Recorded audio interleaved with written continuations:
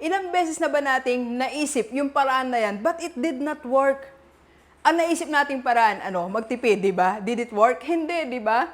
So, ang naisip nating paraan, hindi siya nagwo-work. Pag ginawa na naman natin yan, after mga ilang months lang, uulit-ulit tayo sa financial problem natin.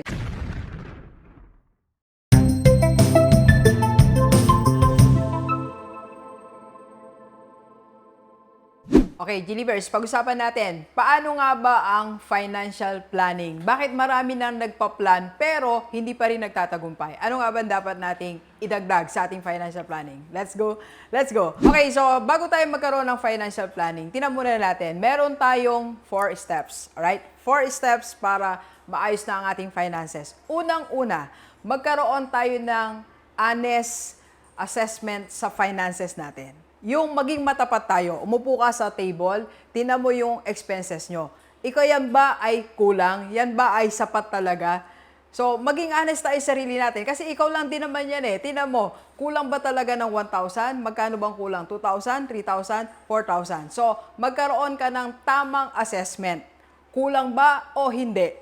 Okay? So, tingnan natin mabuti, no? So, pag sinabi mo sa akin, Doc, talagang kulang. Kahit anong gawin ko, kulang ng 4,500. Kulang ng 5,000, Doc, or maybe, Doc, kulang na lang, konti na lang kulang, 1,000. Okay? So, at least matapat tayo. Alam mo ang kulang natin. Alright? First step. So, second step, tingnan natin, saan ka nagkamali? Yes. Saan nga ba tayo nagkamali? Bakit kulang? Bakit hindi sapat yung pera natin weekly or monthly? Saan tayo nagkakamali?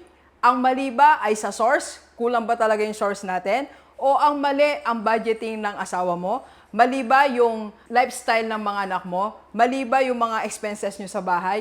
O ikaw mismo ang may pagkakamali? Baka sumosobra ka sa personal expenses. Tandaan natin, merong family expenses and of course, meron din tayong personal expenses. Saan tayo nagkamali? Sa lifestyle? O hindi natin na-allocate na tama? Doc, wala kami palang wala kaming emergency fund. Doc, wala kaming ganito. Doc, sobra kami dito sa paglabas-labas. Doc, sobra kami sa kain sa labas. Sobra kami sa mall 2 times a week. Sobra kami sa delivery or whatever. So, saan kayo nagkamali? O ikaw mismo as breadwinner, as parent, saan ka nagkamali? Alright? Third step, financial planning. So, nasa financial check-up pa naman po tayo, ha? Chine-check up po ang pera. Yan. Isa yan sa tinuturo natin, siyempre sa IMG, no? So, third, eto, umisip ka ng paraan. Ano nga bang pwede kong gawin para hindi na ako mag-short o para hindi na kulang yung pera namin? Okay? Pag naisip mo yung paraan, huwag mong gawin. Dok, bakit? Bakit hindi ko gagawin ang naisip ko paraan? Ganito, ilang beses na ba nating naisip yung paraan na yan, but it did not work? Ang naisip nating paraan, magtipid, di ba? Did it work? Hindi, di ba? So, ang naisip nating paraan, hindi siya nagwo-work. Pag ginawa na naman natin yan, after mga ilang months lang, uulit-ulit tayo sa financial problem natin. Doc, anong gagawin natin? Ito, pang-apat, okay? Humanap ka ng isang tested formula, okay? Not your own formula. Kasi ilang taon na tayo kung maayos ang formula natin, hindi tayo abutin ng 30 years old na kapus-kapus pa rin. Kung maayos ang financial formula natin, hindi tayo abutin ng 40 years old na wala pa rin tayong pera.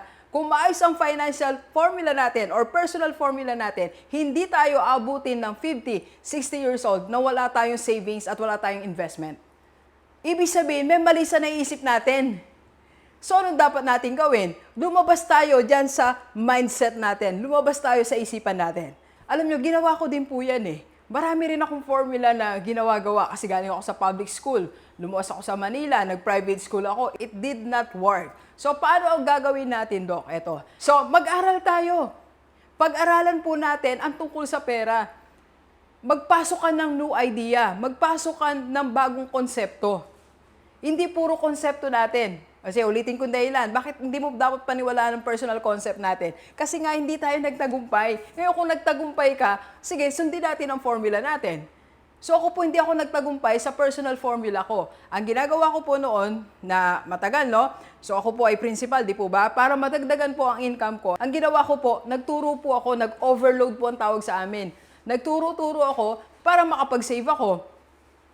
So, ang inabot ko po, sobrang napagod naman ako kasi syempre may mga tax pa yon yung binabayad sa atin. Tapos napambibili mo lang din ng ganito, ganito. So, ending, wala din siyang kinapatunguhan. Okay? So, hanggang sa natagpuan natin ang tamang formula, the right financial foundation. Okay? So, Doc, ano yun? Yun po ay tinuturo natin sa IMG. Okay? So, kung gusto mo ng financial planning, hindi basta nag-accumulate ka ng pera, tapos minamanage mo yung 70%, di ba? O minamanage mo 80%.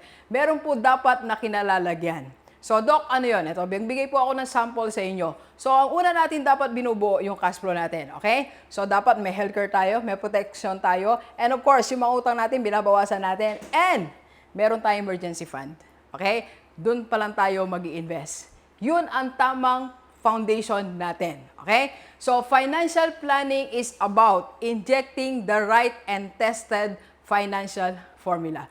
And we can help you po sa IMG Rockstar Community. PM na if you want to know more. Okay? Let's go. Let's go. Happy po tayo. Happy po.